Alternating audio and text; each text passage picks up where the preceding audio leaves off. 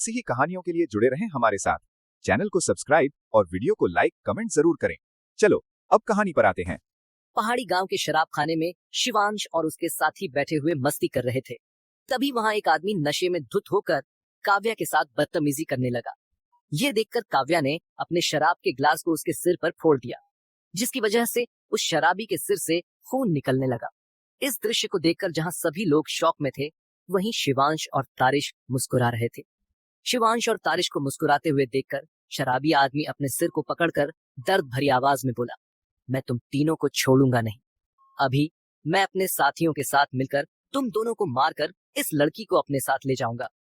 काव्या बोली, हम इंतजार कर रहे हैं, जो जिसे भी लेकर आना है उसे लेकर आ जाओ, हमें किसी का डर नहीं है। काव्या की निडरता देखकर गुस्से में वो शराबी अपने पास से चला गया। तभी वहां रति आई और काव्या से बोली, तुमने ये क्या किया? इसके समूह में एक पवन रैंक के 8वें स्तर का योद्धा है, वो आ गया तो तुम तीनों को कोई नहीं बचा पाएगा। वो बहुत खूंखार है। एक काम करो, तुम तीनों यहाँ से भाग जाओ, मैं संभाल लूंगी।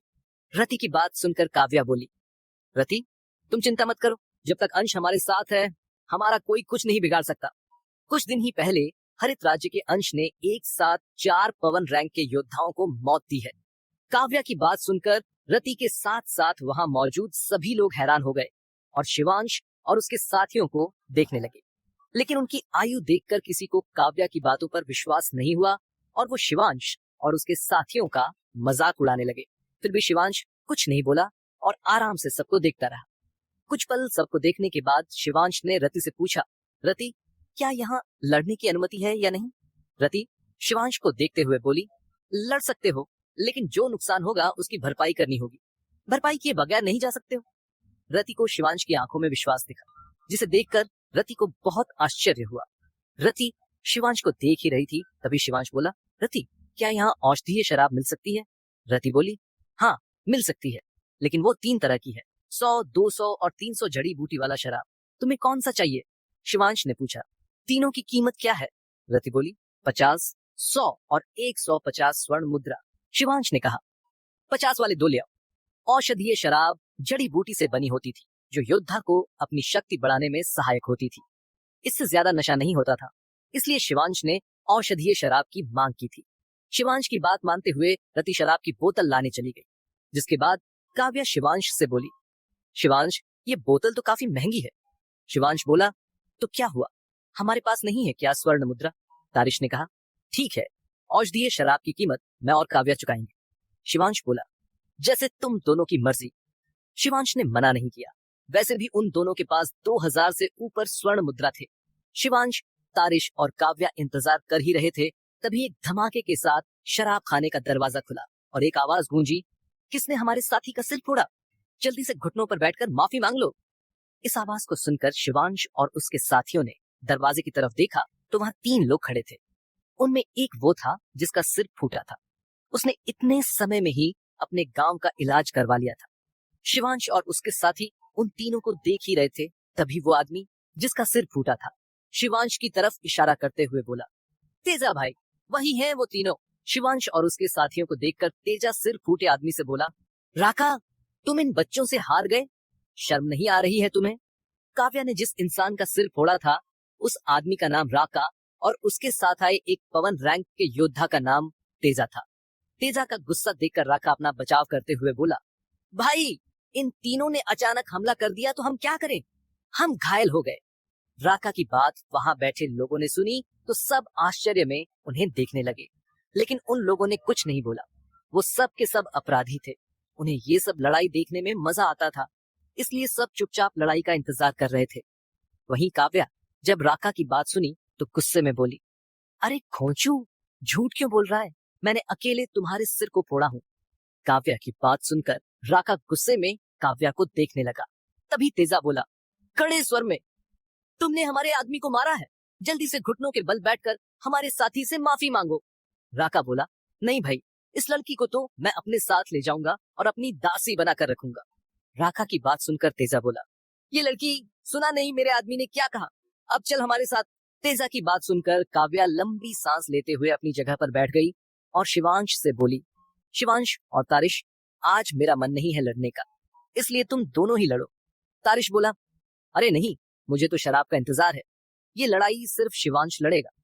तारिश की बात सुनकर शिवांश के साथ साथ सब आश्चर्य में शिवांश को देखने लगे।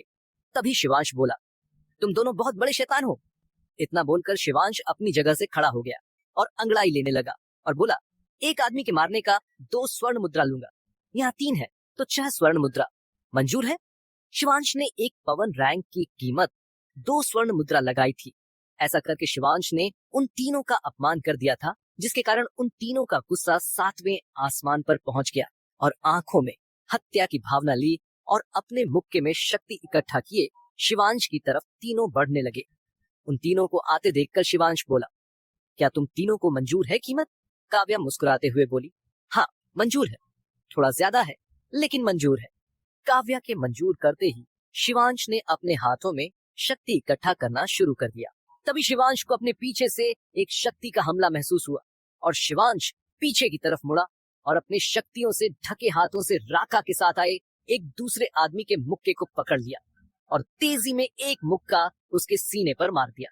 शिवांश का मुक्का देखने में तो साधारण था, लेकिन जैसे ही मुक्का तेजा के दूसरे साथी के सीने से टकराया तो वो खून की उल्टी करते हुए पीछे एक टेबल से टकरा गया। उस आदमी की टक्कर से वो टेबल टूट गया। अपने आदमी की हालत देखकर तेजा ने तेज आवाज में बोला, अब मेरे हमले से बच के दिखा, अग्नि तलवार शक्ति। तेजा के इतना बोलते ही तेजा के सामने एक अग्नि चक्र बन गया और उसके बीचों बीच एक अग्नि तलवार था, जिसमें तेजा चक्र की सहायता से शक्ति समाहित कर रहा था। तेजा का ये हमला रैंक 2 का शक्ति मंत्र था, जिससे भयानक शक्ति निकल रही थी। उस शक्ति को तैयार होते देखकर शिवांश ने एक शक्ति का नाम लिया और वो था बर्फीला नाग शक्ति। जैसे ही शिवांश ने शक्ति का नाम लिया, वैसे ही शिवांश के सामने भी एक चक्र बन गया और जिसके बीचों बीच एक सफेद नाग शक्ति से तैयार हो रहा था। शिवांश ने उस नाग में अपनी शक्ति भेजनी शुरू कर दी। दोनों के हमले को देखकर लोग आपस में बात करने लगे और बोले, ये लड़का तो शक्तिशाली है, ये इतनी आसानी से रैंक 2 के हमले को तैयार करने में सक्षम हो गया। वहीं शिवांश ने सबकी बातों को नजरअंदाज करते हुए अपने हमले के अंदर थोड़ी सी कुंडलिनी चक्र शक्ति को छुपा दिया, जिसे किसी ने नहीं देखा। जैसे ही दोनों का हमला तैयार हुआ, दोनों ने अपना हमला कर दिया। तेजा को अपने हमले पर पूरा विश्वास था, इसलिए वो शिवांश को देखकर मुस्कुरा रहा था। वहीं शिवांश चेहरे पर शांति के साथ दोनों हमलों को देख रहा था। तभी सबकी नजरों के सामने दोनों हमले आपस में टकरा गए और शक्ति की तलवार चारों तरफ फैल गई, जिससे बचने के लिए लोगों ने अपने सामने शक्ति कवच बना लिया। सभी को लगा कि दोनों का हमला नष्ट हो चुका है। तभी शक्ति की लहर के बीच से एक उंगली के आकार का सांप तेजा की तरफ बढ़ने लगा, जिसे देखकर तेजा के साथ साथ लोग भी शॉक हो गए। शिवांश के उस छोटे सांप को देखकर एक आदमी जो काफी अनुभवी दिख रहा था बोला, अरे भाई, ये तो कुंडलिनी चक्र शक्ति का हमला है, इसका मतलब ये लड़का एक योगी है। उस आदमी की बात सुनकर सभी लोग शिवांश को देखने लगे। वहीं तेजा भी आश्चर्य में शिवांश को देख रहा था। तभी उसे ध्यान आया कि उसके करीब शिवांश का हमला पहुंच गया है, तो उसने जल्दी से अपने शरीर से शक्ति निकालकर कवच बनाना शुरू किया, लेकिन देर हो चुकी थी। शिवांश का कुंडलिनी चक्र शक्ति से बना सांप तेजा के कवच को तोड़ते हुए उसे टकरा गया, जिसकी वजह से तेजा खून की उल्टी करते हुए दूर जा गिरा। शिवांश का वो छोटा सांप बहुत शक्तिशाली था। जब लोगों को पता चला कि शिवांश एक योगी है, तो उन्हें लगने लगा कि अभी उसके दोस्त जो बोल रहे थे वो सच ही होगा। सभी लोग शिवांश की ही बात कर रहे थे। लड़कियों को तो शिवांश और भी ज्यादा पसंद आने लगा था। जिन लड़कियों ने कहा था कि शिवांश उनसे उम्र में छोटा है, वो भी अब शिवांश को ही देखे जा रही थी। वहीं जो लोग काव्या पर बुरी नजर रखे हुए थे, उनकी आंखों में डर दिखने लगा। शिवांश ने अपने एक ही हमले से एक पवन रैंक के योगीराज को बुरी तरह से घायल कर दिया था। शिवांश ने बर्फीले नाग का हमला किया था, जो योगी पुष्पेंद्र के दोस्त ने दिया था, जिसे शिवांश ने होटल के कमरे में ध्यान करके हासिल कर लिया था, वो भी बहुत कम समय में। शिवांश के हमले की वजह से तेजा बुरी तरह से घायल होकर दर्द से कराह रहा था। तभी अपने हाथों में शक्ति इकट्ठा करते हुए शिवांश उसके पास गया। शिवांश को अपने पास आते देखकर तेजा अपने हाथ जोड़ते हुए बोला, माफ कर दो मुझे, मैं दोबारा कभी तुम्हारे सामने नहीं आऊंगा, चाहो तो उस राका को मार डालो। तेजा की बात सुनकर राका, जो पहले ही डर से कांप रहा था, वो तेजी से वहां से भागने लगा। ये देखकर शिवांश तेजा से बोला, वो तो भाग गया, अब बता मैं तुम्हें क्यों छोड़ दूं? तेजा बोला, मैं तुम्हें स्वर्ण मुद्राएं दूंगा। तेजा की बात सुनकर शिवांश कुछ सोचने का अभिनय करते हुए बोला, कितना दे सकता है अपनी जान की कीमत? तेजा बोला, मेरे शहर में मुझे पकड़ने की कीमत 1000 स्वर्ण मुद्रा है। मैं तुम्हें 1000 स्वर्ण मुद्रा दे सकता हूँ। तेजा की बात सुनकर शिवांश और उसके साथी शॉक हो गए। कुछ पल शॉक में रहने के बाद शिवांश बोला, लगता है तू काफी मालदार है। चल ये बता कि तू कहाँ से है? तेजा बोला, मैं ये नहीं बताऊंगा, तुम मुझे जाने दो। मैं तुम्हें 1000 स्वर्ण मुद्रा दे रहा हूँ। शिवांश बोला, मुझे 1000 नहीं 2000 चाहिए। अगर दिया तो तुम्हें जाने दूंगा और नहीं दिया तो मार डालूंगा। तेजा बोला, ठीक है, मैं देने के लिए तैयार हूँ। तेजा को इतनी जल्दी मानते देखकर शिवांश हंसते हुए बोला, लगता है अभी मैं तुमसे 5000 मांगता तो तुम वो भी दे देते। चल अब अपने 2000 और अपने दोनों आदमियों के 2000 पूरे 6000 निकाल। शिवांश की बात सुनकर तेजा शॉक हो गया और बोला, मैंने तो सिर्फ अपनी जान की कीमत बताई थी, उन दोनों की कीमत तुम उन दोनों से ही मांगो। क्या शिवांश तेजा और उसके साथियों को ऐसे ही जाने देगा? जानने के लिए सुनते रहिए दिव्या नाग गरुदा योधा, सिर्फ पॉकेट एफएम पर। शिवांश तेजा को अपने एक ही हमले में घायल कर देता है, जिसके बाद सबको पता चलता है कि शिवांश एक योगी है। इसके बाद तेजा शिवांश को 2000 स्वर्ण मुद्रा अपनी जान के बदले देने के लिए मान जाता है, जिसके बाद शिवांश उससे 6000 स्वर्ण मुद्रा मांगता है, उसके और उसके दोनों साथियों के बदले। शिवांश की मांग सुनकर तेजा ने सिर्फ अपनी जान की कीमत देने के लिए हामी भरी, जिसे सुनकर तेजा का दूसरा साथी गुस्से में बोला, तेजा भाई, हमने इतने सालों तक आपका साथ दिया और आज हमें अकेला छोड़ रहे हैं। अपने दूसरे आदमी की बात सुनकर तेजा बोला, तो उस काम के बदले में पैसे देता था, तो तुम्हारे पास पैसे तो होंगे। दोनों को बहस करते देखकर शिवांश गुस्से में बोला, चुप करो और तेजा तुम अपने 2000 निकाल, बाकी मुझे किस तरह से लेने हैं वो मुझ पर छोड़ दो। शिवांश की बात सुनकर तेजा ने खुशी खुशी 2000 स्वर्ण मुद्रा शिवांश को दे दिए, जिसके बाद शिवांश तेजा के दूसरे आदमी के पास जाने लगा। शिवांश को अपने पास आते देखकर तेजा का साथी डर गया और बोला, मेरे पास इतने स्वर्ण मुद्रा नहीं है, मुझे छोड़ दो। शिवांश ने पूछा, मुझे तुमसे कोई स्वर्ण मुद्रा नहीं चाहिए, जानकारी चाहिए, दोगे? तेजा का साथी बोला, हाँ बोलो, क्या जानकारी चाहिए तुम्हें? शिवांश ने पूछा, ये बताओ तुम सब कहाँ से आए हो और तुमने ऐसा क्या किया कि तुम्हें सबको भागकर यहाँ आना पड़ा? शिवांश का सवाल सुनकर तेजा गुस्से में बोला, तुम कुछ नहीं बोलते, ये मत भूलना, इस गुनाह में तुम भी शामिल थे।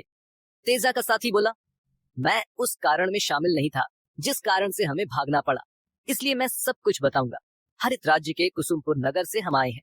वहाँ पर इस तेजा ने एक बड़े परिवार की बेटी का अपहरण कर लिया था और उसके साथ गलत काम किए, जिस कारण से उस परिवार ने तेजा के पीछे आदमी लगा दिए और तेजा को यहाँ भागकर आना पड़ा। अपने आदमी की बात सुनकर तेजा गुस्से में अपने आदमी को मारने के लिए आगे बढ़ा, लेकिन तारिश और काव्या ने उसे पकड़ लिया। उसके बाद शिवांश ने तेजा के साथी से पूछा, ये कौन परिवार है? तेजा का साथी बोला, वसंत परिवार।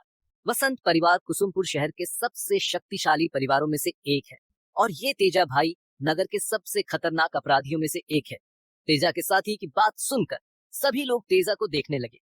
सभी की नजरों के सामने शिवांश अपनी जगह से उठा। शिवांश की आंखों में गुस्सा साफ झलक रहा था। शराब खाने के अंदर जहां लोगों का शोर था, वहीं बाहर आसमान में बादल छा गए थे और बिजली चमक रही थी। शिवांश को अपनी तरफ गुस्से में बढ़ते देखकर तेजा डरते हुए बोला, मैंने तुम्हें 2000 स्वर्ण मुद्रा तो दे दिया, फिर तुम मेरी तरफ इस तरह क्यों बढ़ रहे हो? तेजा की बात सुनकर बिना कोई जवाब दिए शिवांश ने उसकी गर्दन को पकड़ लिया और हवा में उठा दिया और गुस्से में बोला, अगर कोई किसी औरत के साथ बदतमीजी करता है तो अंश उसे नहीं छोड़ता है। इस वक्त शिवांश गुस्से में तो था, लेकिन पहले की तरह उसने अपना होश नहीं खोया था, इसलिए उसे मालूम था कि वो कहाँ है, इसलिए उसने अपना अंश बताया। अंश की बातों को सुनकर तेजा डरते हुए बोला, मैं तुम्हें और स्वर्ण मुद्रा दूंगा, मुझे जाने दो। शिवांश बोला, अगर तुम मुझे अपनी सारी दौलत भी दे देना तो भी मैं तुम्हें नहीं छोड़ूंगा। शिवांश के इतना बोलते ही उसकी आंखें बिजली की तरह चमकने लगी और उसके हाथों से बिजली निकलकर एक झटके में तेजा को जलाकर राख कर दिया। ये दृश्य देखकर शराब खाने में मौजूद सभी लोग शॉक हो गए और आश्चर्य में तेजा के शरीर की राख को देखने लगे। वहीं लड़कियां शिवांश की शक्ति को देखकर सभी शिवांश पर आकर्षित हो गईं और प्यार भरी नजरों से शिवांश को देखने लगी। वहीं शिवांश तेजा को मारने के बाद अपनी आंखें बंद कर अपने गुस्से को शांत किया। उसके बाद तेजा के शरीर की राख से उसकी स्टोरेज अंगूठी निकाल ली, जो हमले से बच गई थी। स्टोरेज अंगूठी को उठाने के बाद शिवांश बोला, अपराधी होना अलग बात है, लेकिन पापी होना अलग, और ये पापी था। इतना बोलकर शिवांश अपने साथियों के साथ अपने टेबल की तरफ गया, जहां रति शराब की 2 बोतल लेकर आश्चर्य में शिवांश को देख रही थी। रति के हाथों से बोतल लेकर शिवांश बोला, सभी नुकसान जोड़कर कितना हुआ, बता दो। शिवांश की बात सुनकर रति होश में आई और बोली, 110 स्वर्ण मुद्रा। कीमत सुनकर शिवांश ने अपने स्टोरेज से स्वर्ण मुद्रा निकाले और रति को दे दिए। उसके बाद शिवांश अपने साथियों के साथ वहां से निकल गया। शिवांश के जाने के बाद जो लोग धीरे धीरे शिवांश के बारे में बात कर रहे थे, वो तेज स्वर में बात करने लगे। कुछ ही समय में पूरे पहाड़ी गांव में शिवांश की खबर फैल गई। सभी बड़े परिवारों में अंश नाम का ही जिक्र हो रहा था। दूसरी तरफ पहाड़ी गांव के होटल के एक कमरे में जब एक आदमी को पता चला कि तेजा को किसी ने एक झटके में जलाकर राख कर दिया, तो वो खुश हो गया। वो खुशी में दरवाजे की तरफ जाने लगा। तभी उसके दरवाजे पर किसी ने दस्तक दी, जिसे सुनकर उसने जल्दी से दरवाजा खोला तो उसके सामने एक आदमी था। दरवाजे पर खड़ा आदमी कमरे वाले आदमी से बोला, छोटे साहब, हमारे परिवार का दुश्मन मारा गया। छोटे साहब ने कहा, सही कहा तुमने साकेत, मैंने भी सुना है, लेकिन उसे मारा किसने? हमें उससे मिलना चाहिए, आखिर उसने वसंत परिवार के दुश्मन का अंत किया है। साकेत जिस आदमी को छोटे साहब बोल रहा था, वो आदमी वसंत परिवार के मुखिया नरेंद्र वसंत का बेटा नागेश वसंत था, और साकेत उसका खास आदमी था।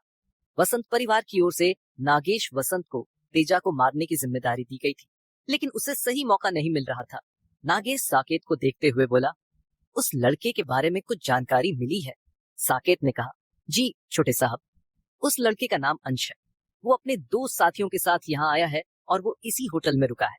3री मंजिल पर उसका कमरा है, और सबसे बड़ी बात, वो एक योगी है। नागेश बोला, एक योगी, एक अपराधी है? ये कुछ समझ नहीं आया। वैसे चलो चलकर मिलते हैं उससे। इतना बोलकर नागेश अपने कमरे से निकल गया और 3री मंजिल की तरफ बढ़ चला। रास्ते में जाते वक्त साकेत बोला, उस अंश ने तो तेजा को छोड़ दिया था, लेकिन फिर उसे ये पता चला कि तेजा ने किसी लड़की के साथ बदतमीजी की है, तो उसने एक झटके में उसे जला दिया। उसे कुछ बोलने का मौका भी नहीं दिया। नागेश बोला, कहीं जिस लड़की के बारे में उसे पता चला, वो हमारे परिवार वाली तो नहीं थी? तेजा ने जिस लड़की के साथ बदतमीजी की थी, वो लड़की नागेश की रिश्तेदार थी। इसी कारण तेजा को पता नहीं चला कि वो जिसके साथ बदतमीजी कर रहा है, वो वसंत परिवार की लड़की है, और जब बाद में पता चला तो वो कुसुमपुर से भाग निकला। ऐसे ही शिवांश के बारे में बात करते हुए नागेश साकेत के साथ शिवांश के कमरे के दरवाजे पर पहुंच गया। उसके बाद साकेत ने दरवाजा खटखटाया। कुछ समय बाद काव्या ने दरवाजा खोला। जैसे ही काव्या पर नागेश की नजर पड़ी, वो काव्या को देखता ही रह गया। साकेत बोला, जी हमें अंश से मिलना है। काव्या बोली, आप लोग कौन हैं और अंश से क्यों मिलना चाहते हैं? साकेत ने नागेश की तरफ इशारा करते हुए कहा, जी हम वसंत परिवार से हैं। ये हमारे छोटे साहब नागेश वसंत हैं। साकेत के इशारे को देखकर काव्या की नजर नागेश से मिली, तो काव्या ने देखा कि नागेश उसे ही देख रहा है। ये देखकर काव्या बोली, लगता है तुम्हारे छोटे साहब ने किसी भूत को देख लिया है, आंखें फाड़े देखे जा रहे हैं। काव्या की बात सुनकर नागेश होश में आया और बोला, माफ कीजिएगा, वैसे हमें अंश से मिलना है। क्या वो आपके दोस्त हैं? नागेश को माफी मांगते देखकर काव्या मुस्कुराते हुए पीछे मुड़ी और बोली, अंश तुमसे मिलने कोई आया है? काव्या की बात खत्म होते ही अंश दरवाजे की तरफ आते हुए बोला, कौन है काव्या? कोई दुश्मन तो नहीं है? अगर है तो उसे बोल दो, अभी मेरे पास लड़ने का समय नहीं है। इतना बोलते ही शिवांश दरवाजे पर पहुंच गया। तभी उसकी नजर दरवाजे पर खड़े 2 आदमियों पर पड़ी। शिवांश को देखकर काव्या कुछ बोलती, उससे पहले नागेश आगे बढ़कर बोला, अंश मेरा नाम नागेश वसंत है, मैं वसंत परिवार से हूँ। शिवांश बोला, वसंत परिवार, कुसुमपुर? तेजा के साथी से सुना है तुम्हारे परिवार के बारे में, आओ अंदर आ जाओ। इतना बोलकर शिवांश काव्या के साथ अंदर चलने लगा। ये देखकर नागेश साकेत के साथ अंदर आ गया। उसके बाद साकेत ने दरवाजा बंद कर दिया। कमरे में आने के बाद शिवांश ने नागेश और साकेत को बैठने के लिए कहा, जिसके बाद वो दोनों बैठ गए। उसके बाद शिवांश और काव्या भी सोफे पर बैठ गए। शिवांश ने नागेश से पूछा, बताइए क्या बात करनी है आपको? नागेश बोला, आपने जिस तेजा को मारा था वो हमारे परिवार का दुश्मन था। हम उसे ही मारने यहाँ आए थे, लेकिन हमें मौका ही नहीं मिला। अब आपने मार दिया है, तो वसंत परिवार ने जो इनाम उस पर रखा था वो मैं आपको देने आया हूँ। इतना बोलकर नागेश ने अपने स्टोरेज से एक पोटली निकाली और शिवांश के सामने रख दी। शिवांश बोला, श्रीमान नागेश, मैंने तेजा को वसंत परिवार के इनाम के लिए नहीं मारा है। अगर उसने किसी गरीब परिवार की लड़की के साथ भी ऐसा किया होता तो मैं उसे मार डालता। इसलिए अपनी मुद्राएं अपने पास रख लीजिए। वैसे भी मैंने तेजा से बहुत सारी मुद्राएं पहले ही ले रखी हैं। नागेश बोला, देखिए अंश, ये मुद्राएं तेजा के सिर पर इनाम था जो आपको मिल रही है, और अगर मैंने इसे आपको नहीं दिया तो मेरे पिता मुझ पर गुस्सा करेंगे। शिवांश कुछ सोचकर बोला, तो एक काम कीजिए, ये मुद्राएं आप गरीबों में बांट दीजिए मेरी तरफ से, और अपने पिता को बता दीजिएगा कि ये काम करने के लिए मैंने बोला था, लेकिन ये मुद्राएं मैं नहीं ले सकता हूँ। नागेश बोला, ठीक है, जैसी आपकी मर्जी। वैसे आप जब चाहे हमारे वसंत परिवार से कोई भी मदद मांग सकते हैं। जरूरत पड़ने पर हमारा परिवार आपका हर संभव मदद करेगा। शिवांश बोला, ठीक है, धन्यवाद। अगर मुझे अभी कुसुमपुर में कोई काम पड़ा तो आपसे जरूर मदद मांगूंगा। नागेश बोला, ठीक है, अब मैं निकलता हूँ। मुझे अपने घर भी लौटना है और अपने परिवार को सूचित भी करना है तेजा की मौत के बारे में। इतना बोलकर नागेश अपनी जगह से उठा और शिवांश को हाथ जोड़कर प्रणाम किया और एक पल काव्या को देखकर अपने कमरे से निकल गया। नागेश और साकेत के जाने के बाद शिवांश काव्या से बोला, काव्या, कभी कुसुमपुर गई हो क्या? काव्या बोली, हाँ शिवांश, एक बार गई थी अपने रिश्तेदार के यहाँ, सिर्फ एक बार, वो भी 4 साल पहले। क्या तुम्हें जाना है क्या? शिवांश बोला, देखते हैं, मौका मिला और कोई काम पड़ा तो जरूर जाऊंगा। शिवांश और काव्या बात कर ही रहे थे, तभी वहां तारिश आ गया और बोला, कौन आया था? नागेश जब आया था उस वक्त तारिश ध्यान कर रहा था, इसी कारण वो बाहर नहीं आ पाया था, इसलिए उसे नहीं पता चला था कि बाहर कौन आया था। जब शिवांश और काव्या ने तारिश की आवाज सुनी तो शिवांश तारिश की तरफ मुड़ते हुए बोला, वो वसंत परिवार के लोग आए थे इनाम की मुद्राएं देने। तारिश बोला, वो तो उन्हें पता चल गया कि तुमने उनके दुश्मन को मार दिया है। क्या शिवांश कालू को पकड़ पाएगा या कालू को शिवांश की खबर लग जाएगी? जानने के लिए सुनते रहिए दिव्या नाग गरुदा योद्धा, सिर्फ पॉकेट एफएम पर। वसंत परिवार से नागेश शिवांश से मिलने आया था। वह तेजा के ऊपर रखे इनाम की मुद्राएं देने आया था, लेकिन शिवांश ने लेने से मना कर दिया। थोड़ी बातचीत के बाद नागेश चला गया। उसके जाने के बाद तारिश आया और फिर तीनों आपस में बातें करने लगे। इसी तरह 2 दिन बीत गए। इन 2 दिनों में शिवांश, तारिश और काव्या ने ध्यान किया। ध्यान की वजह से तीनों का शक्ति स्तर बढ़ा। तारिश जल रैंक के 5वें स्तर पर, काव्या 6ठे स्तर पर और शिवांश 8वें स्तर पर पहुंच गया। कालू को पकड़ने का समय आ चुका था, इसलिए तीनों ध्यान से बाहर आए और शराब खाने की ओर निकल पड़े। कुछ ही समय में वे वहां पहुंच गए। शराब खाने में मौजूद लोग शिवांश को पहचान गए और आपस में बातें करने लगे। रति ने जब शिवांश को देखा तो उसके चेहरे पर मुस्कान आ गई। शिवांश काउंटर की ओर बढ़ ही रहा था कि तभी एक खूबसूरत लड़की सामने आई। उसने एक हाथ में 2 चूड़ियां और दूसरे में सोने का ब्रेसलेट पहन रखा था। उसकी हल्की भूरी आंखें और नीले कपड़े उसे और भी आकर्षक बना रहे थे। वो लड़की शिवांश के सामने आकर मुस्कुराते हुए बोली, मैंने सुना है तुम बहुत शक्तिशाली हो, क्या ये सच है? शिवांश बोला, मैं तो खुद को शक्तिशाली नहीं मानता, लोग फालतू की बातें करते हैं। इतना बोलकर शिवांश उस लड़की के बगल से निकलकर काउंटर की तरफ जाने लगा। तभी भूरे आंखों वाली लड़की ने शिवांश की बाह पकड़ ली और अपनी तरफ खींचते हुए बोली, मेरा नाम कामना है, मैं तुम्हारी कामना पूरी कर सकती हूँ, मुझसे दोस्ती कर लो। अगर तुमने हमसे दोस्ती कर ली तो तुम्हारी ताकत और मेरा दिमाग मिलकर अपराध की दुनिया पर राज कर सकते हैं। शिवांश बोला, देखिए कामना जी, मुझे कहीं राज करने के लिए किसी की मदद नहीं चाहिए, और मैंने कहा ना कि मैं उतना शक्तिशाली नहीं हूँ जितना तुम समझ रही हो। इतना बोलकर शिवांश ने अपना हाथ कामना से छुड़ाया और काउंटर की तरफ चला गया। कामना बोली, तुम बहुत घमंडी लगते हो, लड़के मेरे ऊपर मरते हैं और तुम दूर भाग रहे हो। कामना की बात को शिवांश ने अनसुना कर दिया और रति से एक बोतल औषधीय शराब मांग ली और अपने दोस्तों के साथ एक टेबल पर बैठ गया। जिस टेबल पर शिवांश बैठा था उस पर 4 कुर्सियां लगी थी, जिनमें से 3 पर शिवांश और उसके साथी बैठ गए।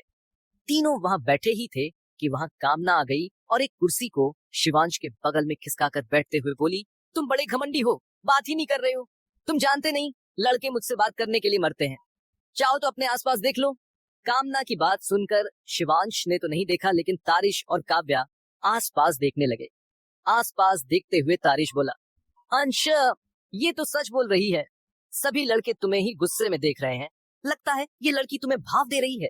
इसलिए लड़के तुम्हें गुस्से में देख रहे हैं। तारिश की बात सुनकर शिवांश आस पास देखने लगा। तभी कामना बोली, तो तुम्हारा नाम अंश है, अच्छा नाम है, कामना।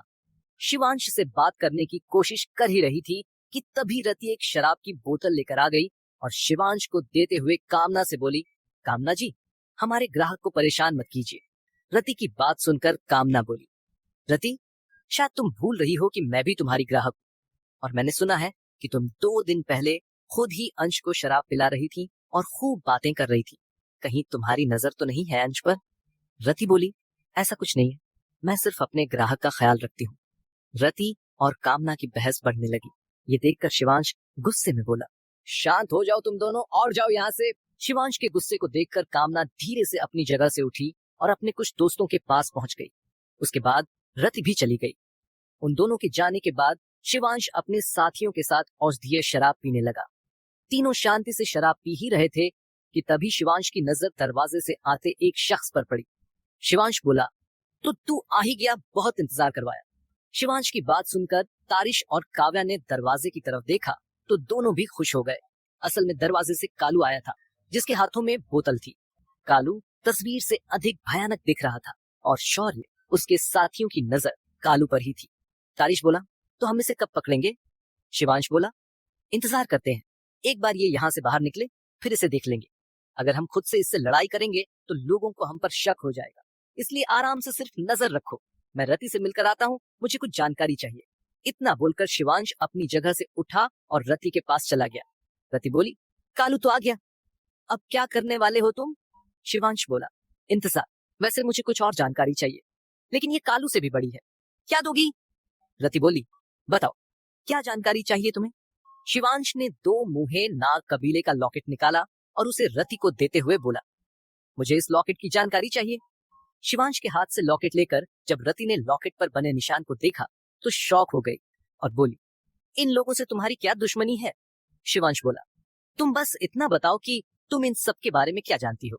रति बोली, ये 2 मुंहे नाग कबीले का लॉकेट है, जिसे सिर्फ उस कबीले के शीर्ष 100 हत्यारे ही पहनते हैं, लेकिन उनमें से ये लॉकेट किसका है ये मैं नहीं जानती। शिवांश ने एक और सवाल पूछा, क्या उस समूह के लोग यहाँ आते हैं? रति बोली, हाँ आते हैं, लेकिन पिछले कुछ समय से कोई नहीं आया है, या हो सकता है गांव में आया हो, यहाँ शराब खाने में नहीं आया हो। शिवांश बोला, जानकारी के लिए धन्यवाद। इतना बोलकर शिवांश ने 4 स्वर्ण मुद्रा काउंटर पर रखा और फिर से अपने साथियों के पास चला गया और बात करने का दिखावा करने लगा, लेकिन उन तीनों का ध्यान कालू पर ही था। वहीं कामना का ध्यान शिवांश पर था। करीब 2 घंटे तक इंतजार करने के बाद कालू शराब खाने से बाहर निकला। ये देखकर शिवांश और उसके साथी भी बाहर की तरफ चल दिए। ये देखकर कामना भी अपने दोस्तों के साथ शिवांश के पीछे निकल गई। कालू तेजी में चला जा रहा था, वहीं शिवांश भी तेजी में उसका पीछा कर रहा था। कालू चलते चलते एक सुनसान जगह पर रुक गया। ये देखकर शिवांश और उसके साथी छुप गए। ये देखकर कामना और उसके दोस्तों को भी आश्चर्य हुआ, लेकिन वो सब भी छुप गए। तभी कालू पीछे मुड़ा और बोला, जो भी मेरा पीछा कर रहा है सामने आ जाओ। कालू की आवाज सुनकर 3 लोग बाहर आए, जिनका चेहरा कपड़े से ढका हुआ था। अपने सामने 3 लोगों को देखकर कालू बोला, तुम तीनों मेरा पीछा क्यों कर रहे हो? तारिश बोला, तुम्हारी जान लेनी है, इसलिए। तारिश की बात सुनकर कालू जोर जोर से हंसने लगा और अपने हाथों में एक लाल फरसा निकालते हुए बोला, तुम तीनों को क्या लगता है तुम कालू का सामना कर पाओगे? अभी तुम तीनों बच्चे दिखते हो, फिर तुम्हारे मन में मुझे मारने का ख्याल आया, इसलिए तुम्हें मरना होगा। इतना बोलकर कालू ने अपने फरसे से एक हमला कर दिया। कालू के हमला करते ही उसके फरसे से शक्ति निकली, जो एक तीर में बदलकर शिवांश और उसके साथियों की तरफ जाने लगा। उस तीर की शक्ति को देखकर शिवांश ने जल्दी से अपनी तलवार निकाली और हमला कर दिया। शिवांश के हमला करते ही शक्ति की एक किरण निकली और कालू के हमले से टकरा गई। जैसे ही दोनों हमले टकराए, शक्ति की लहर चारों तरफ फैल गई, जिसकी वजह से शिवांश के साथी कुछ कदम पीछे हट गए, लेकिन दोनों तुरंत संभल गए। उसके बाद काव्या बोली, सफेद खंजर शक्ति, वहीं दूसरी तरफ तारिश बोला, सुनहरा तीर शक्ति। दोनों के ये बोलते ही दोनों के सामने एक शक्ति चक्र बन गया, जिसके बीचों बीच सफेद खंजर और सुनहरा तीर था। शक्ति चक्र तैयार होने के बाद तारिश और काव्या उसमें शक्ति भेजने लगे। दोनों के हमले की शक्ति को महसूस कर कालू मन ही मन बोला, ये तीनों तो काफी खतरनाक लग रहे हैं, खासकर ये सुनहरा तीर, ये तो बहुत शक्तिशाली लग रहा है, लेकिन मैं कालू हूँ जिसे कोई नहीं हरा सकता। इतना बोलकर कालू ने अपनी शक्ति फरसे में भेजनी शुरू कर दी, जिससे उसका फरसा और अधिक भयानक दिखने लगा। ये देखकर शिवांश ने भी अपनी शक्ति तलवार में भेजनी शुरू कर दी, जिसके कारण उसकी तलवार दिव्य प्रकाश से चमकने लगी। इस बार शिवांश ने अपनी 50% शक्ति तलवार में समाहित कर दी थी, जिससे तलवार पर बना एक सुनहरे नाग का निशान चमकने लगा। तलवार की शक्ति दुगुनी हो गई। इसे महसूस कर शिवांश को बहुत आश्चर्य हुआ, लेकिन खुशी भी हुई। ठीक उसी वक्त तारिश को अपने आसपास कुछ अजीब लगा और उसकी नजर शिवांश की तलवार पर बने सुनहरे नाग के निशान पर गई। उसे देखकर वो चौंक गया, लेकिन अपने ध्यान को भटकने नहीं दिया और फिर पहले अपने हमले को तैयार किया। जैसे ही दोनों का हमला तैयार हुआ, दोनों ने हमला कर दिया। ये देखकर शिवांश ने भी हमला किया। शिवांश के हमला करते ही उसकी तलवार से एक सुनहरी तलवार निकली और कालू की तरफ जाने लगी। अपने सामने 3 हमलों को आते देखकर कालू ने जल्दी से 3 हमले किए। कालू के हमला करते ही उसके फरसे से एक नाग, एक तीर और एक खंजर निकला और शिवांश व उसके साथियों के हमले से टकरा गया। तारिश और काव्या जल रैंक के योद्धा थे, इसी कारण उनके रैंक और कालू के रैंक में जमीन आसमान का फर्क था। इसी वजह से उनकी शक्तियों में भी अंतर था। इस कारण कालू का हमला उन दोनों के हमले को नष्ट करते हुए उनकी तरफ आगे बढ़ने लगा।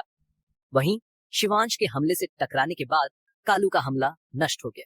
शिवांश भी जल रैंक का ही योद्धा था, लेकिन उसकी शक्ति बाकी योद्धाओं से अधिक शक्तिशाली थी।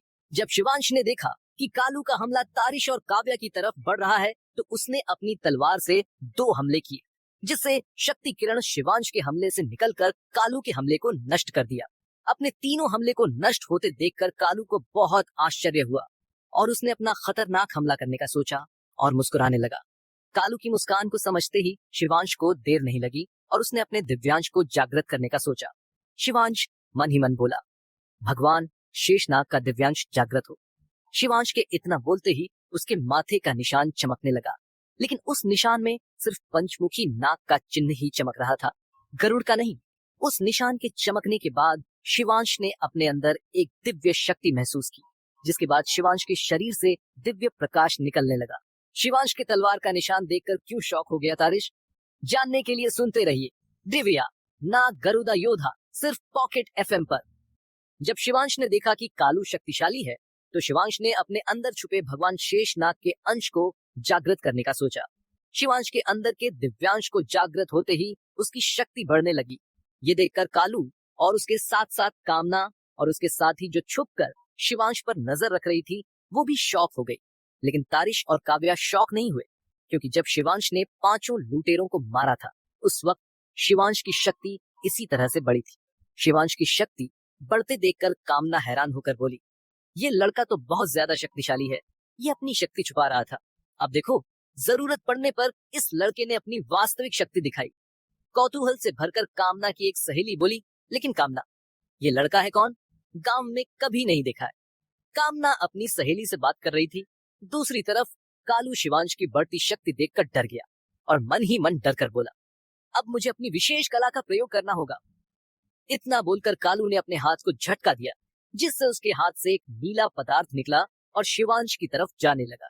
ये देखकर काव्या घबराकर चिल्लाते हुए बोली, शिवांश संभल कर, कालू ने अपने खतरनाक जहर का हमला कर दिया है। काव्या की बात सुनकर भी शिवांश कुछ नहीं बोला और अपनी तरफ जहर को आते देख रहा था।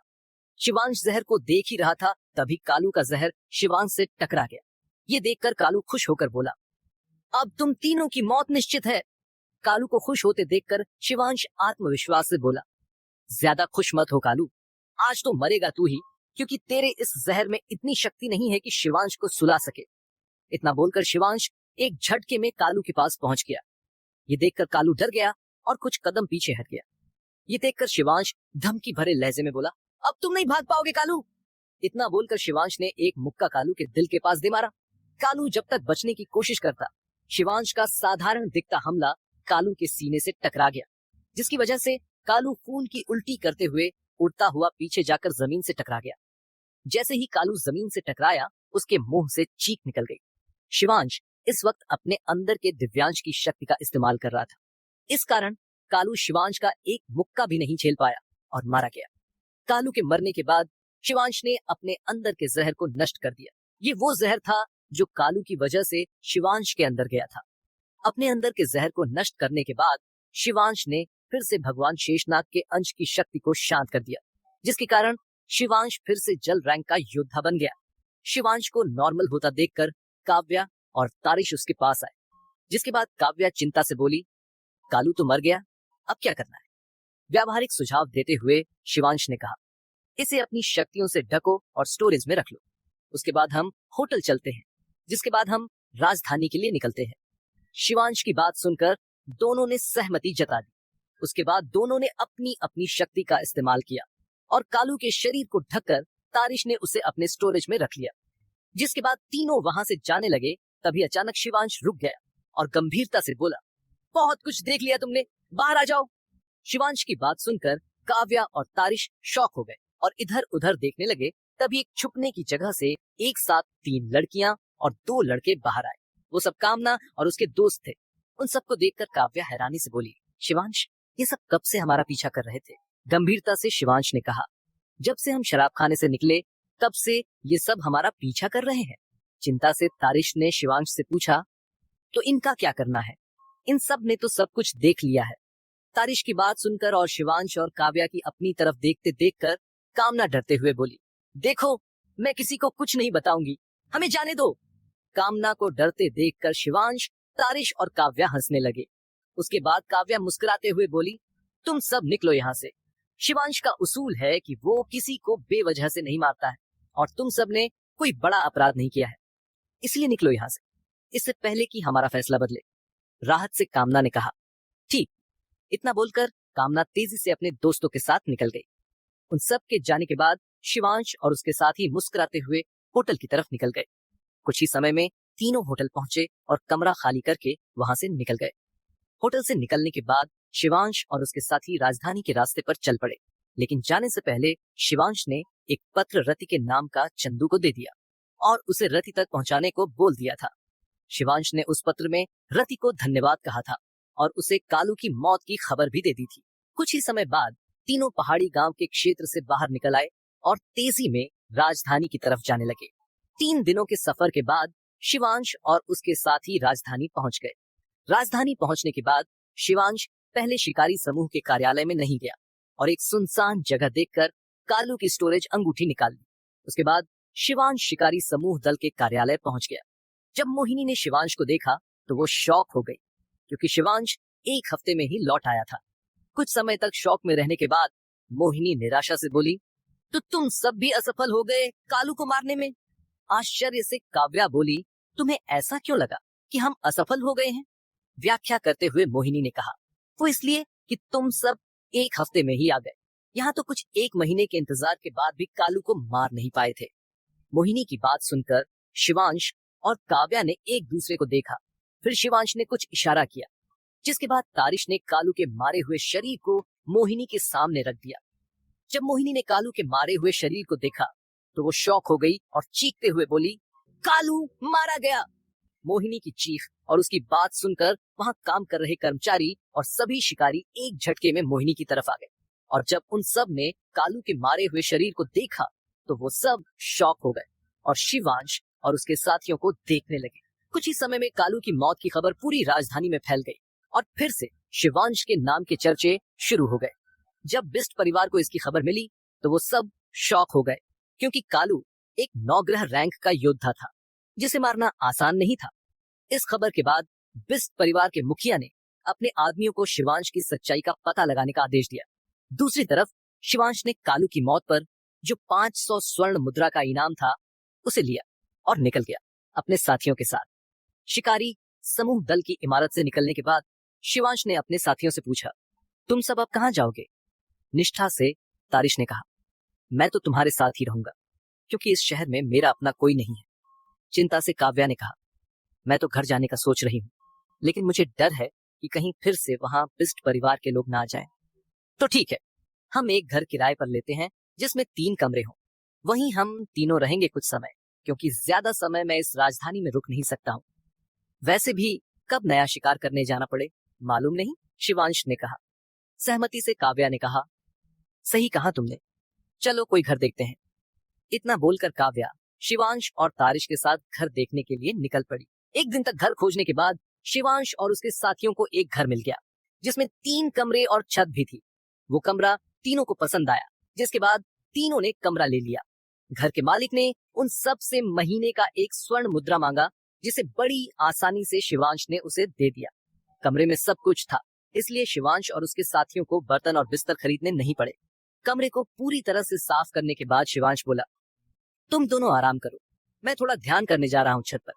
उत्सुकता से तारिश बोला, लेकिन शिवांश, पहले हम कालू की अंगूठी की जांच तो कर लें।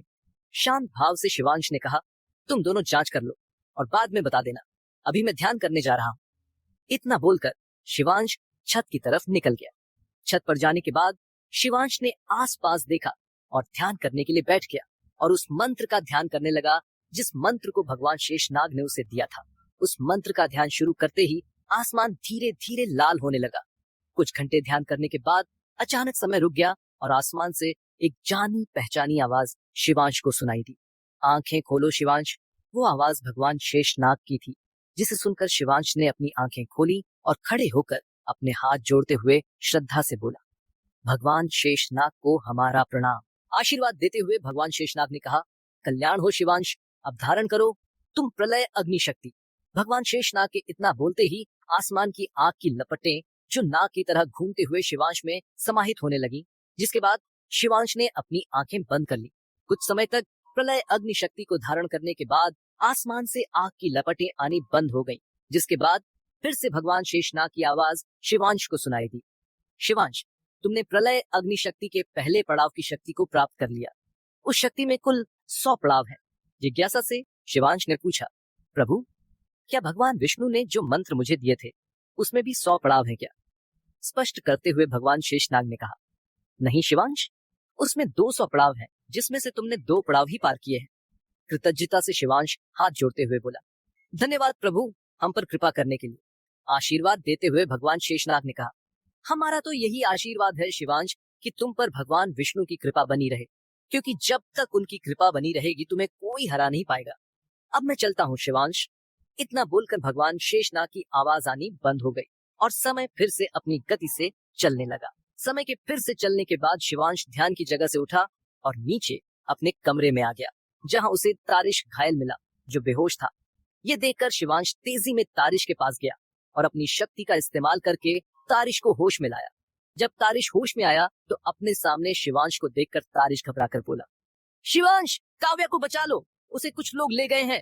तारिश की बात सुनकर शिवांश उसे शांत कराते हुए बोला, तारिश, शांत हो जाओ और पूरी बात बताओ कि कौन थे वो लोग।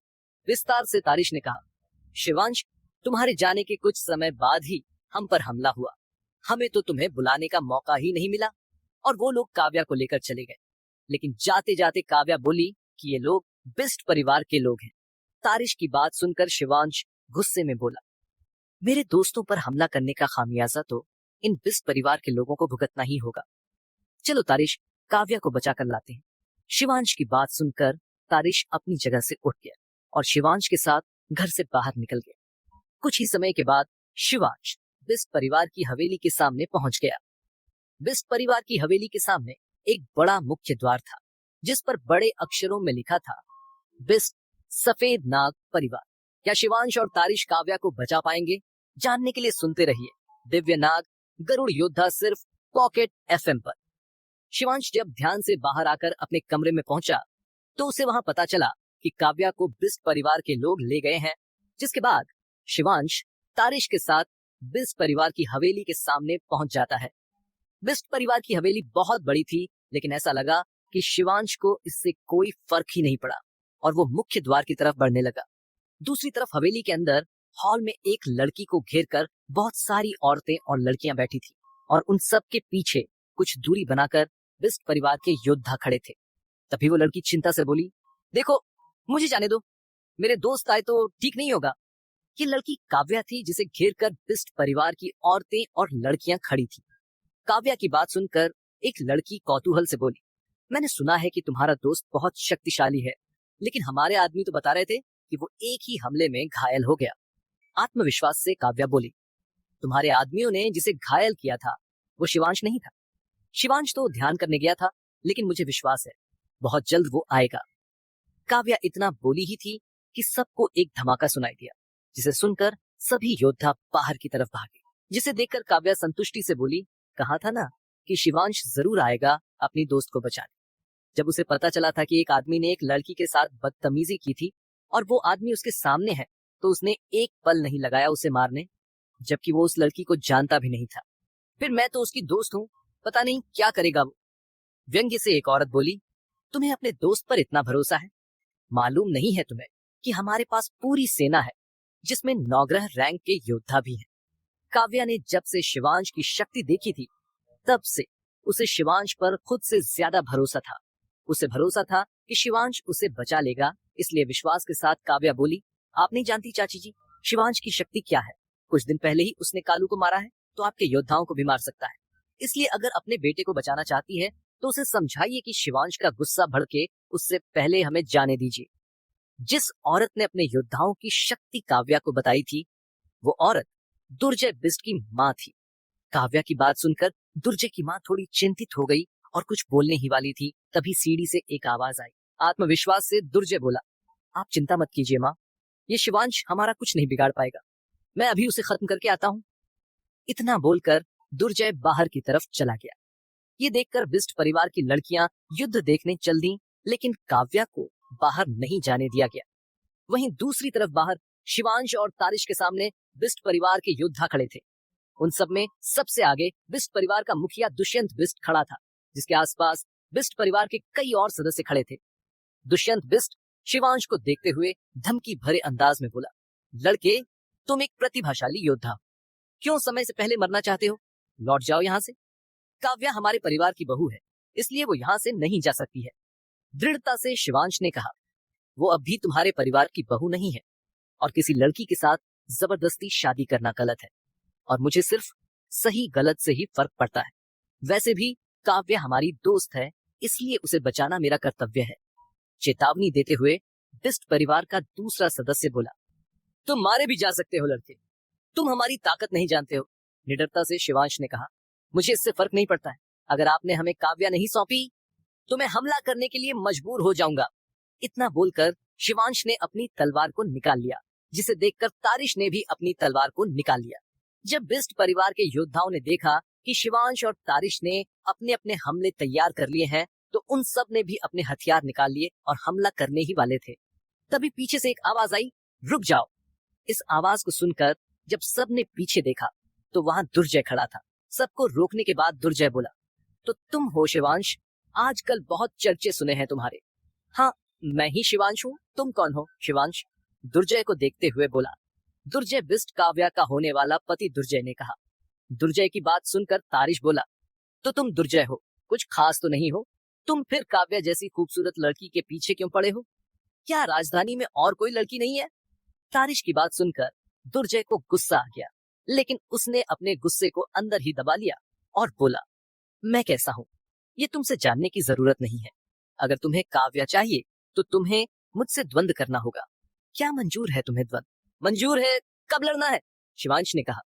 2 दिन बाद नगर के बीचों बीच बने मंच पर दुर्जय ने कहा, ठीक, मैं आ जाऊंगा, लेकिन ये 2 दिन काव्या यहाँ नहीं, अपने घर रहेगी। शिवांश ने कहा, ठीक है, मुझे मंजूर है। इतना बोलकर दुर्जय अपने एक आदमी को काव्या को लाने के लिए बोला। दुर्जय का आदेश मिलते ही एक आदमी अंदर की तरफ चला गया। कुछ समय बाद काव्या कुछ लड़कियों के साथ बाहर आई। जब काव्या शिवांश को देखी तो खुश हो गई और शिवांश के पास चली गई। काव्या को शिवांश के साथ खुश देखकर दुर्जय को बहुत जलन हुई, लेकिन जलन को शांत करते हुए दुर्जय बोला, काव्या, मेरे आदमी तुम्हें तुम्हारे घर छोड़ देंगे, अब तुम किसकी होगी? ये 2 दिन बाद द्वंद से फैसला होगा, इसलिए अब तुम अपने घर जाओ। दुर्जय की बात सुनकर काव्या शिवांश की तरफ देखी तो शिवांश ने सहमति में सिर हिला दिया, जिसे देखकर काव्या बोली, ठीक है, मैं जाने के लिए तैयार हूँ, कौन मेरे साथ जाएगा? भेजो उसे। काव्या की बात सुनकर दुर्जय ने अपने एक आदमी को इशारा किया, जिसके बाद वो आदमी काव्या के पीछे आकर खड़ा हो गया। जिसके बाद काव्या शिवांश से बोली, मिलते हैं 2 दिन बाद। इतना बोलकर काव्या वहां से निकल गई, जिसके बाद शिवांश और तारिश भी निकल गए। तीनों के जाने के बाद बिस्ट परिवार के मुखिया दुष्यंत दुर्जय से बोला, आखिर तुम्हारे दिमाग में ये विचार कैसे आया? पिताजी, मैं जानता हूँ कि अगर अपना परिवार चाहता तो उस लड़के को मार डालता, लेकिन इससे हमारे परिवार को कोई फायदा नहीं होता, बल्कि हम और ज्यादा हंसी के पात्र बन जाते हैं। लेकिन जब मैं उस लड़के को पूरे नगर के सामने हराऊंगा तो मेरा और बिस्ट परिवार का सम्मान और ज्यादा बढ़ जाएगा। दुर्जय ने कहा, ठीक है, अगर तुमने फैसला कर लिया है तो द्वंद की तैयारी करते हैं। इतना बोलकर बिस्ट परिवार का मुखिया अपने परिवार के सदस्यों के साथ हवेली में चले गए। कुछ ही समय में शिवांश और दुर्जय के द्वंद की खबर पूरी राजधानी में फैल गई। सब दुर्जय के बारे में पहले से जानते थे। वहीं कुछ समय से शिवांश भी बहुत अधिक प्रसिद्ध हो गया था राजधानी में। इस कारण इस द्वंद का इंतजार लोगों को था। राजधानी में लोगों ने शिवांश का नाम तो सुना था, लेकिन बहुत कम लोगों ने उसे लड़ते हुए देखा था, इसलिए सब शिवांश की युद्ध कला को देखना चाहते थे। दूसरी तरफ शिवांश तारिश के साथ एक भोजनालय के सामने आ गया और अंदर जाकर एक वेटर को खाने के लिए कुछ ऑर्डर दिया। खाना आने के बाद दोनों ने खाना खाया। उसके बाद शिवांश बोला, मैं खंडहर जा रहा हूँ ध्यान करने, क्या तुम भी चलोगे? हाँ, मुझे भी अपनी शक्ति बढ़ानी है, चलो चलते हैं, तारिश ने कहा। तारिश के सहमत होने के बाद शिवांश और तारिश उसी खंडहर की तरफ निकल गए जिस खंडहर में शिवांश ने अपना पहला हथियार तैयार किया था। कुछ ही समय बाद शिवांश और तारिश खंडहर में पहुंच गए और एक स्थान देखकर दोनों ध्यान करने के लिए बैठ गए। दोनों के ध्यान में बैठते ही आसपास की ऊर्जा शक्ति तारिश और शिवांश में समाहित होने लगी, जिसके बाद परिष्कृत होकर उन दोनों की ऊर्जा से मिलने लगी। कुछ समय ध्यान करने के बाद शिवांश के दोनों कुंडलिनी चक्र भी शक्ति अवशोषित करने लगे, जिसकी वजह से आसपास की ऊर्जा में हलचल होने लगी। दूसरी तरफ तारिश योगी नहीं था, इसलिए उसका शक्ति अवशोषित करने की गति शिवांश से धीमी थी, लेकिन ज्यादा नहीं। तारिश किसी विशेष मंत्र का ध्यान कर रहा था, जिसके कारण उसकी शक्ति बढ़ रही थी। वहीं शिवांश किसी मंत्र का ध्यान नहीं कर रहा था, बस शक्ति अवशोषित कर रहा था। समय बहुत जल्दी बीत गया और शिवांश और दुर्जय के द्वंद का दिन आ गया था। इसीलिए नगर के लोग तेजी से नगर के बीचों बीच बने मंच की तरफ बढ़ चले। नगर के बीच बना मंच पत्थरीला था। उसका निर्माण इसलिए करवाया गया था कि अगर कभी किसी को द्वंद करना हो तो यहाँ आकर द्वंद कर सकता था। इस मंच के चारों तरफ पत्थर की कुर्सियां बनी हुई थी। उन्हीं कुर्सियों के बीच 5 बड़ी बड़ी कुर्सियां बनी हुई थी। ये कुर्सियां द्वंद का फैसला करने वाले जज के लिए बनाई गई थी। कुछ ही समय में मंच के चारों तरफ की कुर्सियां पूरी तरह से भर गई थी। इन्हीं लोगों के बीच कांत परिवार के लोगों के साथ काव्या बैठी हुई थी और उनके साथ में बिस्ट परिवार के लोग भी बैठे हुए थे। दोनों परिवार के मुखिया एक दूसरे से बात कर रहे थे। उन दोनों को देखकर लग रहा था कि इस द्वंद से उन्हें कोई फर्क नहीं पड़ रहा था। काव्या ये देखकर गुस्से में दिख रही थी। तभी उसके कंधे पर हाथ रखते हुए एक लड़की बोली, जो उसकी ही उम्र की थी और उसके बगल में बैठी थी, काव्या, तुम्हें उस शिवांश पर इतना भरोसा कैसे है? अगर वो नहीं आया तो? तुम चिंता मत करो करिश्मा, वो शिवांश है, जरूर आएगा अपनी दोस्ती निभाने, काव्या बोली। करिश्मा काव्या की सहेली थी। उन दोनों का बचपन साथ में ही गुजरा था। काव्या के अपने घर से भागने में करिश्मा ने ही मदद की थी। दोनों बात कर रही थी, तभी लोगों के बीच बात होने लगी। अरे दुर्जय तो आ गया, लेकिन शिवांश अभी तक नहीं आया। इन्हीं बातों के बीच दुर्जय मंच पर पहुंच गया और काव्या की तरफ देखते हुए बोला, काव्या, लगता है तुम्हारा प्रेमी डर के भाग गया है। वो मेरा प्रेमी नहीं है दुर्जय, वो मेरा दोस्त है। अगर वो अभी नहीं आया है तो अभी तक वो जज कहाँ आए हैं जिन्हें तुम्हारे परिवार ने बुलाया है, काव्या ने कहा। काव्या की बात खत्म हुई ही थी, तभी एक आवाज गूंजी, हम तो आ गए हैं। इस आवाज को सुनकर जब सबने आवाज की दिशा में देखा तो वहां 3 लोग खड़े थे। उन तीनों को देखकर सब शॉक हो गए और उन तीनों को देखते हुए बात करने लगे, अरे ये तीनों तो नवग्रह रैंक के योद्धा हैं। इनका नाम प्रवेश, राजेंद्र और सुशर्मा है। प्रवेश, राजेंद्र, सुशर्मा तीनों नवग्रह रैंक के 9वें स्तर के योद्धा थे। ये तीनों राज्य की सेना में उच्च पद पर थे, जिस कारण इन तीनों का सम्मान बहुत ज्यादा था। राज्य में सभी इन तीनों को जानते थे। उन तीनों को देखकर दुष्यंत बिष्ट ने उन तीनों का स्वागत किया और उन्हें जज की कुर्सी पर बिठाया। तीनों के जज की कुर्सी पर बैठने के बाद दुर्जय फिर से काव्या से बोला, काव्या, अब तो जज भी आ गए, कहाँ है तुम्हारा दोस्त? दुर्जय ने इतना कहा ही था कि फिर से एक आवाज गूंजी। लगता है बहुत बेसब्री से मेरा इंतजार किया जा रहा था। ये आवाज ऊपर से आ रही थी, इसलिए जब लोगों ने ऊपर की तरफ देखा तो वहां उन्हें एक उड़ता हुआ घोड़ा दिखा, जिस पर शिवांश बैठा हुआ था। शिवांश को देखकर काव्या खुश के साथ साथ शौक भी थी, क्योंकि उसने कई दिन शिवांश के साथ गुजारे थे, लेकिन उसे नहीं मालूम था कि तूफान उड़ सकता है। काव्या के साथ साथ वहां मौजूद सभी लोग शौक में थे, क्योंकि एक रैंक 6 या उससे ऊपर का जादुई जानवर ही उड़ सकता है। रैंक 6 के जादुई जानवर को काबू में करना एक सूर्य शक्ति रैंक के योद्धा के लिए भी संभव नहीं था। लेकिन उन सब के सामने शिवांश एक रैंक 6 के जानवर की सवारी कर रहा था। क्या परिणाम होगा शिवांश और दुर्जय के द्वंद का परिणाम जानने के लिए सुनते रहिए दिव्य नाग गरुड़ योद्धा सिर्फ पॉकेट एफएम पर। जब शिवांश द्वंद वाले स्थान पर पहुंचा तो उसे लोग देखकर शॉक हो गए, क्योंकि शिवांश तूफान को हवा में उड़ाकर लाया था, जिस कारण सब जान गए थे कि शिवांश का घोड़ा एक जादुई जानवर है और उसका रैंक 6 से ऊपर है। तूफान को उड़ते देखकर काव्या भी शॉक में थी, क्योंकि उसे भी नहीं मालूम था कि शिवांश का घोड़ा रैंक 6 का घोड़ा है। सभी शिवांश और उसके घोड़े को देख ही रहे थे, तभी सभी की नजरों के सामने शिवांश मंच पर उतरा। उसके बाद शिवांश का घोड़ा हवा में उड़कर चला गया, जिसके बाद सब शिवांश के बारे में बात करने लगे। सभी को शिवांश की तारीफ करते सुनकर दुर्जय का गुस्सा बढ़ रहा था, लेकिन उसने कुछ नहीं कहा। वहीं शिवांश को देखते हुए काव्या बोली, तुमने तारिश को कहां छोड़ दिया? काव्या की बात सुनकर शिवांश बोला, तुम्हें बहुत उसकी चिंता है, कहीं तुम्हें उससे प्यार तो नहीं हो गया है? शिवांश की बात सुनकर सभी लोग काव्या को देखने लगे, जिसे महसूस कर काव्या गुस्से में शिवांश से बोली, ऐसा कुछ नहीं है, वो तो मैं इसलिए पूछ रही थी क्योंकि वो मेरे कारण घायल हो गया है। काव्या इतना बोली ही थी कि उसके पीछे से एक आवाज आई, मैं ठीक हूँ, मेरी चिंता मत करो। उस आवाज को सुनकर काव्या और उसकी सहेली ने पीछे देखा तो वहां तारिश बैठा हुआ था, जो बिल्कुल ठीक था। तारिश को ठीक देखकर काव्या ने राहत की सांस ली और वो कुछ बोलने ही वाली थी, तभी जज प्रवेश ने बोला, बहुत हो गई बातें, अब द्वंद शुरू करते हैं, तुम दोनों लड़ना शुरू करो। जज प्रवेश की बात सुनकर सभी लोग मंच की तरफ देखने लगे।